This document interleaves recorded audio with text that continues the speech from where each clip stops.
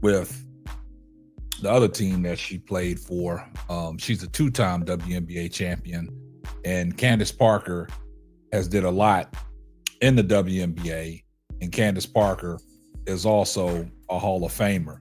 And now Candace Parker has a book out that she wrote, and that was probably the reason why she was on ESPN First Take promoting her book that she just wrote.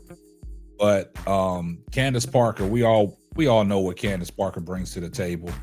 Candace Parker, man, you know what she's done, you know, coming out of Tennessee.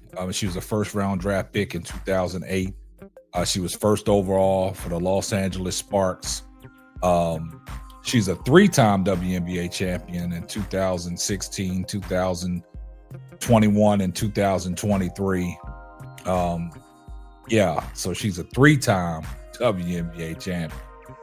She was the Finals MVP in 2016. She's a two-time WNBA MVP, 2008 and 2013, seven-time WNBA All-Star. She was All-Star MVP in 2013. Also, she's a seven-time All-WNBA first team, and she's a three-time All-WNBA second team. And also, she's a two-time WNBA All-Defensive Team as well. And in 2008, you know, Candace Parker was the Rookie of the Year. Now, with all the accolades that Candace Parker brings to the table, she know what it is like playing in the WNBA. Now, new crop of girls that came into the WNBA, there's this narrative going around that there's some resentment because of one player in Caitlin Clark. And Candace Parker, she set the record straight when she went on ESPN First Take today, when she was talking to Mala Karam and Stephen A. Smith. Let's take a listen to what Candace Parker had to say on ESPN First Take. Let's take a listen. The WNBA, what do you want to see like this next iteration? Where would you like to see the game go? Where would you like to see the league go? Because I know you talked about people focusing on like everything except the game, which can still tend to happen, you know, with storylines and characters, players in the W. You know, I think the WNBA is so dynamic in its growth right now, in its reach. And I do want to commend, you know, the network of ESPN and ABC for the visibility of the WNBA. I mean, you look at where it started, honestly, you think about, you know, ESPN was the home of the NCAA tournament for years. The first time it was on ABC, I mean, it shattered numbers, record numbers. So really it's just about the visibility, and it's about putting it on television, and it's about knowing the players and establishing the rivalries and being able to have the merchandise. And so I think that it's so exciting for me to see that in the W, and I think that we can still continue to grow, but can't go head to head with NFL every week. You can't go head to head with NBA playoffs. And so it's been nice to see that it's accessible. I think now with more games being carried and being able to be available to viewers, you're going to continue to see that growth. When we look at the WNBA, whether we've speculated about resentment or whatever it is, ultimately it comes down to the fact that there were an abundance of women in the WNBA doing tremendous, tremendous work on behalf of the WNBA and the game of basketball. And you just sense that folks were feeling an absence of appreciation for what they had done and what their collective contribution was to bring the WNBA to where it is now and where it evidently is going. Can you speak to that collective frustration that some may have been feeling, and whether or not you think it's something that's being overcome as you all thrive and move forward and continue to promote and uplift this league? You know, it's so crazy to me because I'm asked so many times if I'm you know, resentful in any type of way for where the WNBA is right now. My job was to leave the game better than I came into it. You think Cheryl Miller is resentful for me that I had a league to play in? No, she's being the mentor that she is, and she's supporting and loving and sitting courtside cheering on Juju Watkins. And I'm doing the same for Caitlin Clark and all the women in the WNBA. You know, I think that rivalry is super important. I think conversation is super important. You know, I tuned in when Kevin Durant went back and played Russell Westbrook and they bumped shoulders and everybody was tuned in. But I want to keep it within the lines of the game. And I think that's what's the most important. Now everybody has a Twitter finger. Everybody can have reach to, you know, the WNBA and make comments. But really the key is let's keep it about basketball. That's my thing. And when we do that, then we're able to really grow the game and what it represents. There are some talented players that have been in this league. But now, because of visibility, listen, I still know the Dominique Wilkins.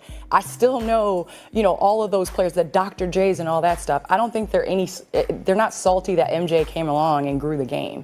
I mean, that's what it is. And so I think that the WNBA as a whole is in an amazing place.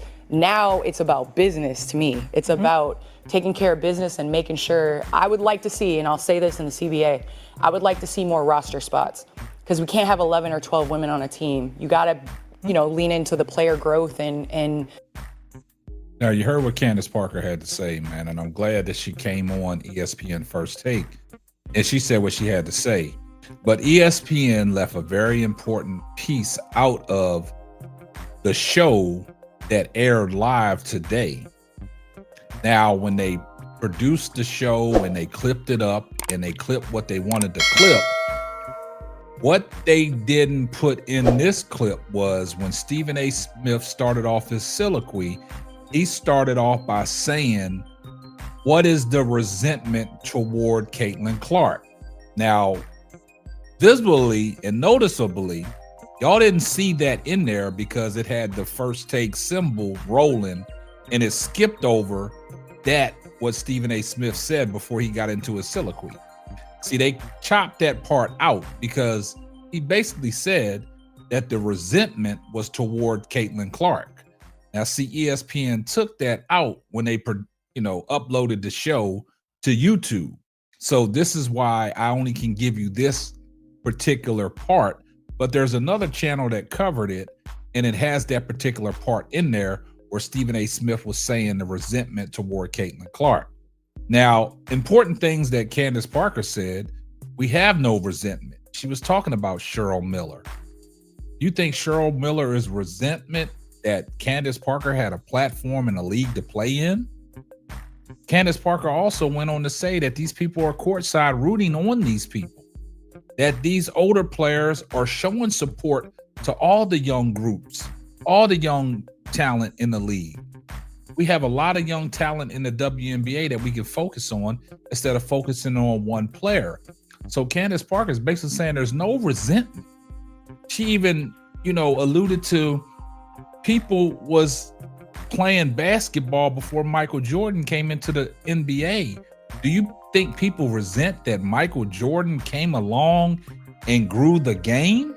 No.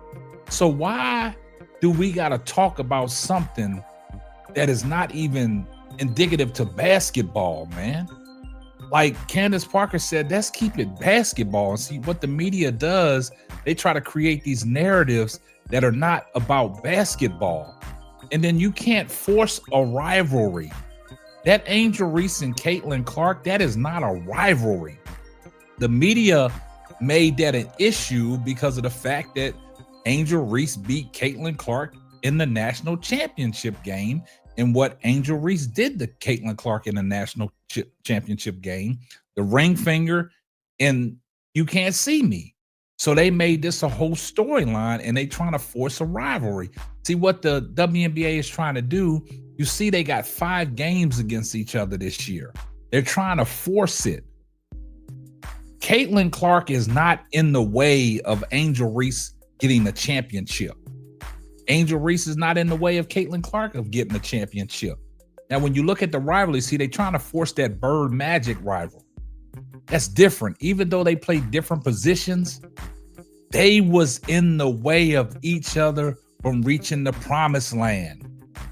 That was the 2 teams that was highly coveted in the NBA around that time when Magic Johnson and Larry Bird was playing.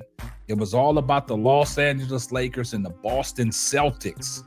That's how that rivalry was formed.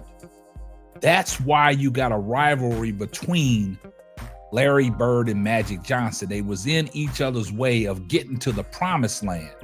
That's not the case for Caitlin Clark and Angel Reese. Candace Parker is basically saying that we respect all these young players in the league and we're trying to grow the game as a whole.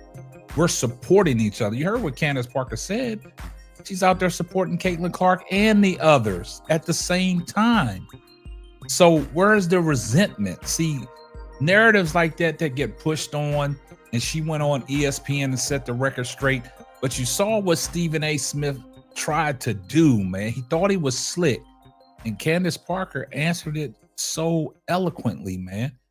And that goes to show, and if you really look at the whole show for its totality of it, Candace Parker was looking at Stephen A. Smith kind of funny when he was addressing it, because she was already prepared and knew what Stephen A. Smith was going to say. So she had the correct answer right then and there. But Stephen A. Smith tried to spin it, the resentment. But if you guys get a chance and you can find the whole show, if you watch the show live, you'll understand what I'm saying. They took that part out where Stephen A. Smith said, what is the resentment toward Caitlin Clark? And see, Candace Parker, she just kept it real on ESPN. I see everybody in the comments section, #salute. And if you're not subscribed to the channel, do me a favor, hit the subscribe button, turn your post notifications on so you know every time Simply Ball drops another hot banger. And if you're not subscribed to the channel, do me a favor.